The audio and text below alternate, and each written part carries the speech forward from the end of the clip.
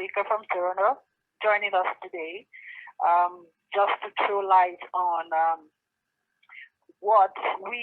I remember what we said at the beginning of our meeting is we're going to bring in guest speakers to talk to us about how to grow, educate us on what we need to do to actually grow in our career and all of those. So we have Nena today joining us. And so I'm going to have Nena introduce herself. My name is Nena Oboma. So I work in Scotia corporate office in Toronto. So I'm off 44 King Street. Here today in Toronto, we can see some sun.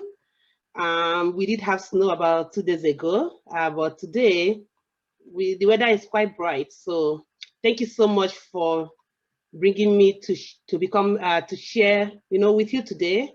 I'm very happy to connect with the Scotia Black employee. Okay, Perry region, correct. Calgary South. So awesome. I'm really hoping that I'll be able to network, get to know more people, make new friends, increase my network, and then we'll be able to get to know ourselves more. So that's what I hope for today. So thank you so much for bringing me to be part of you. So yeah, you're free to talk now. Okay, so thanks everyone again.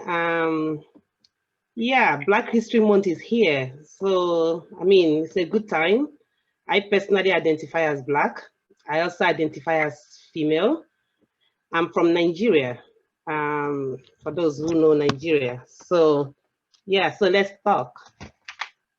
So when I was thinking about what to say today, I thought of personal branding. And when I mean personal branding, I'm talking about, about you, about me, talking about ourselves, what we represent, who we are, and how do we put ourselves, strategically to be able to get to where we want to be. Branding, I look at it and when I talk about it and I talk about it to myself, what I tell myself is, Nena, lead your way. Nena, own your outcomes. So basically, I am building myself to become the person that owns the story that people tell about me. I am building myself to be the person that will drive what my tomorrow will be like. So I put most of the expectations to myself rather than, waiting for other people to become accountable of who I become. I believe that I should be mostly accountable for who I become. So if where I am today, I don't like it, I should be the one to make the decision to leave. And if where I'm going to, I should also be the one to make decision of where it should be.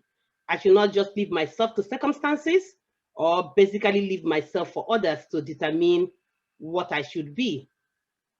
And I always tell people that one of the best ways to start, with doing that is first of all, assessing yourself and telling yourself where you want to be. I normally mentor a group of young teenagers every week on Wednesdays. And one of the first things I told them is accept who you are.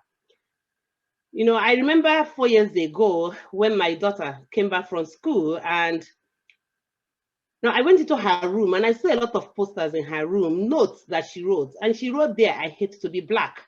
And then she wrote so many other notes that I picked up in her room. Then she was in grade 8. And I was very concerned and I asked her what happened. She was very sad and basically she was crying. She said, Mommy, I lost to become the valedictorian. I said, what happened? So she has been nominated by academic excellence, but then there was supposed to be a voting. Being that she's a very strong minority within the school, the people that were of majority were chosen. So she hated to be Black at that time because for her, if she was not Black, she would have made it. I told her, no, you should rather dare to be Black. Dare to be Black because when you know that you are posed with a lot of obstacles and you able to dare and go through the hurdles, then your feel of greatness will be bigger. You'll be able to tell yourself, wow, I did it. Some other people will do the same thing. It is not greatness for them because their path was easy. They could have gotten it anyway. So, and that is why we measure our greatness based on our unique circumstances and the unique and our unique story. And I started working hard through, and now she actually, we've passed through that. She likes to be Black. And I always tell people, the first thing we have to accept is accept who you are. Some years back, I called maybe about 10 years ago, I remember going for an interview, and I did my presentation for just a pricing, what I call it, like a senior pricing analyst role. And after I finished doing the whole presentation, it was almost at the very end that I had to do this presentation for the VP at that time. And when I finished the presentation, I've gone through the different levels of interview, and when I spoke to him, yes, the interview went well. But you know the question he asked me, not necessarily a question, like a comment. He said, "Oh, you got a very serious asset. How do you prepare to move up your corporate career ladder that way?" I looked at him and I smiled. That question had no answer. But today, I have reason, not because whatever somebody tells you is not what makes you not to be able to move ahead. Emotions are real. I mean, did I feel angry? Yes. Did I think he was racist? Yes. Was I angry? Was I annoyed? Did I think he shouldn't tell me that? Yes. But what matters most is not what the person said. What matters most is how did I validate my emotions concerning what the person said? Did I now say, okay, because they said I cannot get there, therefore, yes, I can't get there anymore, and I give up? Or did it make me to start looking for ways to get there? Maybe, take up more courses, maybe take a career path that mainly immigrants are there. I know sometimes you will ask, but why must I have to shift? Why must I do this? Why must I do that? I always tell people that, I miss fighting. Many people are fighting. We are fighting to get equal rights, but I missed it. You don't just fold your hands. You still try to find areas, because the more and more we come up and we have a voice, and then more and more we open those doors. But there are always going to be people that will make the sacrifices to come up there. And those people who will never ever walk through that very smooth path. Their path will be full of thorns. That means that they walk through that path that isn't that easy. But that is how people will make way for the other people, who then their path will become easier. So I want to talk about, owning your outcomes. Lead your way. Be the leader leading yourself. So everybody can be a leader. You don't have to have people you're managing to be a leader. You can actually lead yourself. Lead yourself to get to the outcome that you want to be. And that is lead your way. So I want us to look at ourselves as a product. Many people say, oh, I don't have anything to sell, or I'm not a salesperson. But I always tell people that we are all selling. We are all salespeople. I am selling a product called Nenna. I believe that all of us are doing the same. So I'm selling my product, and my product is Nenna. It's all about how I sell myself that will make somebody to give me the next job. That is what will make somebody to be my friend. That is what will make somebody to want to call me back the next day. So every time I am conscious and I'm intentionally selling this product called Nenna. And that is what I call my personal branding. Apple has branded Apple. That is Apple. But also Nenna needs branding. And that branding has to be Nenna. So if we consciously know that me or you, we are a product, and we know that the network that we have are our sales funnel, channels by which we have to sell our product. So for example, today, I am presenting to you. After today, I'm sure you will now know Nenna Oboma. If you hear my name somewhere else, you say, oh, I know her. Nenna Oboma, yes, she presented. That is a brand I have already sold to you. I often tell people, you cannot be at every table, but you have to consciously, sell your brand so that when you're not in that table, those at the table will be able to speak for you. And when they speak for you at the table, I call that, the theory of the folding chair. Because it means that you took a folding chair to the table. Somebody took your folding chair for you. But if you don't consciously sell your brand, if you don't consciously make yourself to be visible, then people will not know about the product, and nobody sells a product that has no name. Really, one major point that I want to bring to you today is that you have to see yourself as a product, and you have to become intentional in selling this product. So if I take Apple, for instance, when the sales reps that market Apple go outside to market Apple, they have a product description that they are actually telling people. They have a prescription. They are saying, Apple phone will do this for you. Apple phone will do that for you. It also means that if you are going to treat yourself as a product, you have to also be able to have description about yourself that you want people to be able to know. So you have to intentionally make yourself visible based on those characteristics so that people will know you for that, consistently sell you as a product based on those descriptions. So that's the very first thing that you have to ask yourself. That's the very first thing that you have to write out and analyze. This product, which is myself, what do I want to be known for? What do I want to sell? Years back, I asked myself, what kind of a leader do I want to be? And I said, I want to be a leader that will mentor and coach people, that people will love. And I started working towards that.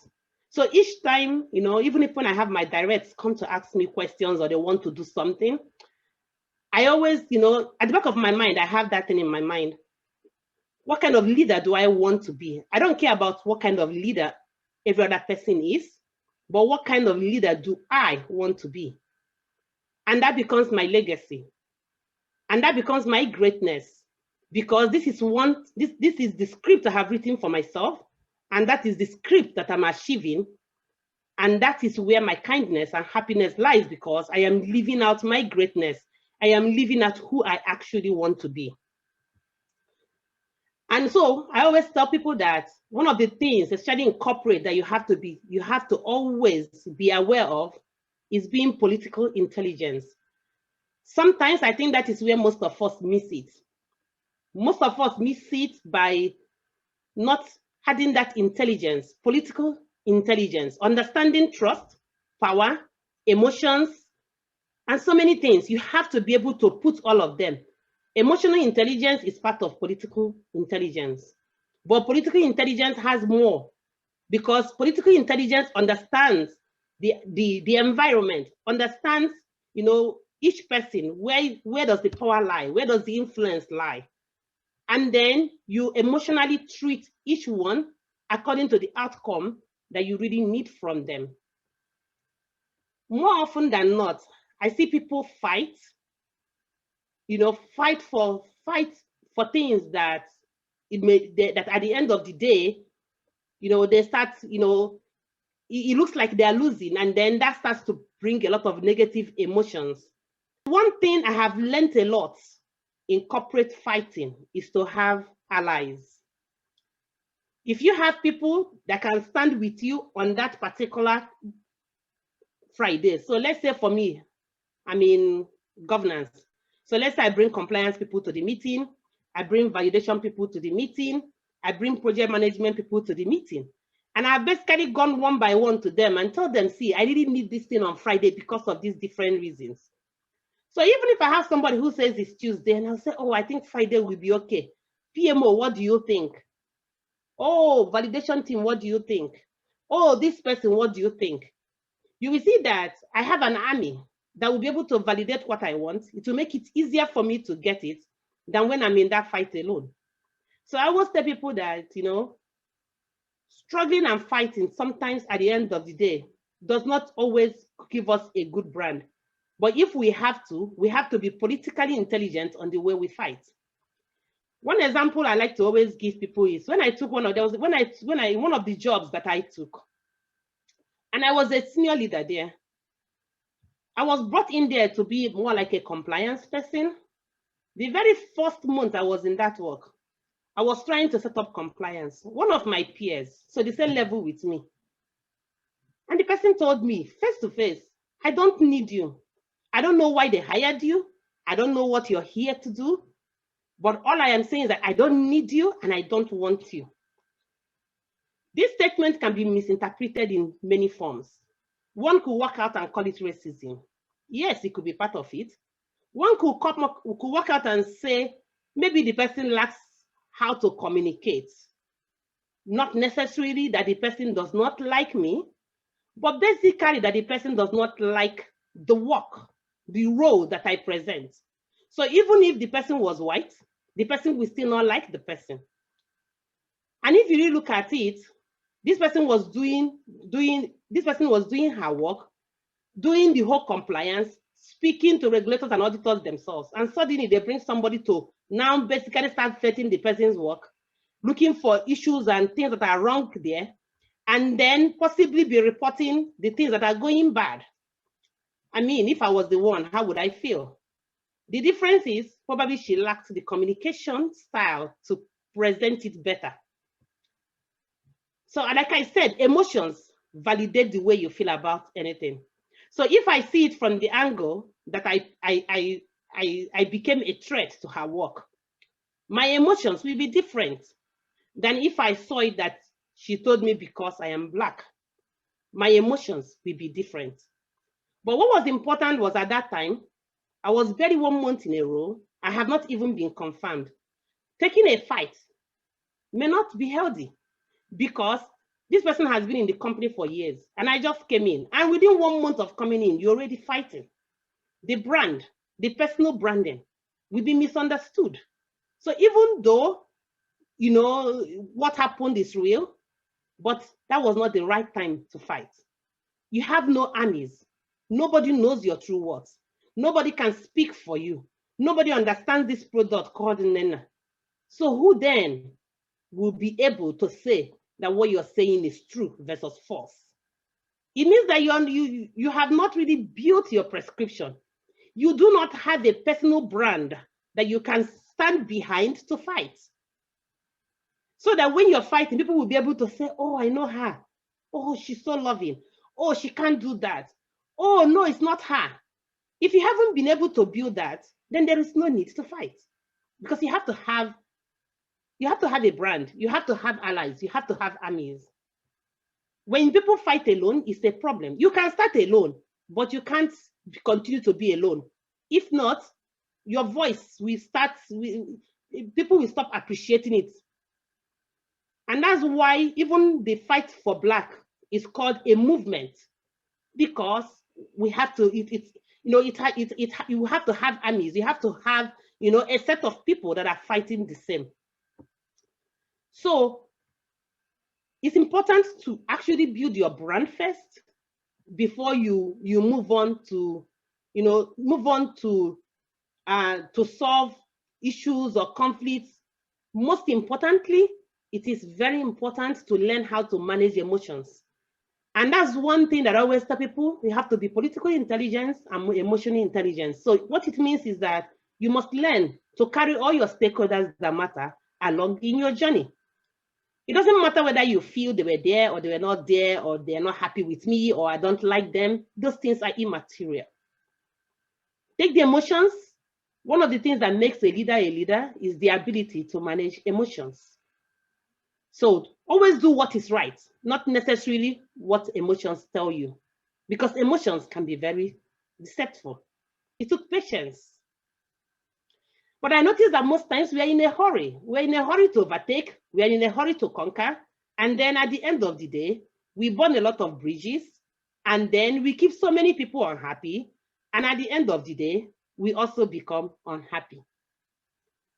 But when we are patient and we move with intentions and focus, we're able to get to the journey that we desire.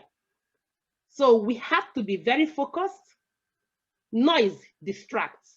So make sure that noise, just like I told you about my story 1 month into an office, that was noise. If I focused on that noise, I would be distracted.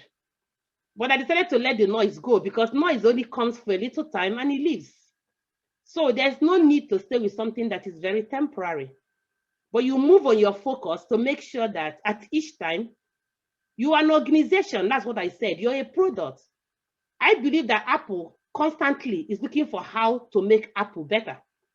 When people send complaints to Apple, emails, Twitters, and they say, this phone is so bad, it cannot do this, it cannot do that, I don't think that Apple is angry. I think that what they do is that they take all those feedback They incorporate it into the new design, and then they get a new product. And that's the way I look at myself as a brand. I've had so many learnings that people told me over time. One of them was that I was very impatient. People thought that I was extremely very impatient. And I thought that to be a leader, one has to be patient. So I had to look for strategies on how to become patient. So one of the things I did was that I noticed that I was very focused on my work. I was so passion driven that, oh, it must succeed. So for me, it was so wrong to miss a deadline. I felt that that was my, where my promotion and my success lied. But when I started getting that feedback of, oh, you're so patient, you're this, you're just so work driven, I took it to design a better Nnenna, and then I redesigned myself to be patient. So I always find a way to enable people rather than to drive work. But then I noticed that while you are enabling people, the work gets done. I said, Nnenna, I just want you to look good before your bosses. So even if it's to sleep here, I will sleep here. I left the office at 9. Believe me, I came back at 8 o'clock. 2 of them were still in the office. They spent the night in the office. I didn't tell them to, but they felt that they owed me love because I showed them love. I cared. I cared about their daddies. I cared about their grandparents. I cared about their dogs. I cared about, they are going to the hospital. I cared about everything about them. So when they get a little opportunity to care about me, they show it back. So I designed myself to become more patient, more kind, more inclusive, caring about the people, not the work. And I realized that caring about the people gets the work done. But that was not me. Knowing where I come from, I came from Africa. We're so work driven. But I have to continue to redesign Nnenna. And I'm continuously doing that because Nnenna is a product. And that is really what I want you to do. See yourself as a product and be able to handle it. Validate your emotions and make sure that each time your actions are working towards the goals that you have set out for yourself, and they're aligned with your strategies. Make sure that you don't run after noise, that you're always running after the products that you want to be. So I will stop here, and I would like to get your feedbacks or questions so that I will be able to answer. Thank you, everyone. Thank you so much, Nnenna. Thank you. That was really, really deep. Thank you. Very important. Thank you, Nina. I have my notes full. I picked up a lot of things. Thank you for that. Thank you. That was really, really a great summary. So I am very happy that you were able to pick up, what I have said. And that was really, really a great summary. So I really, really thank you so much. And then one more thing that I want to add to that summary is be visible. Yeah. So everyone for joining and have an awesome day. Yeah, and also if you have any questions for me, I'm open. Like people do call me, especially the Black community. People call me, oh, I'm looking for this job. How do I do about it? I've stayed in one role for 5 years. How do I grow my career? How do I get myself into my new role? So, I mean, it's just like 30 minutes. I am happy to talk with people. I identify as Black, and it's my optimal goal and happiness to see a lot of us grow within the corporate and see a lot of us also reach our dreams. So do reach out for advice. I will help as much as I can. So we are all here together.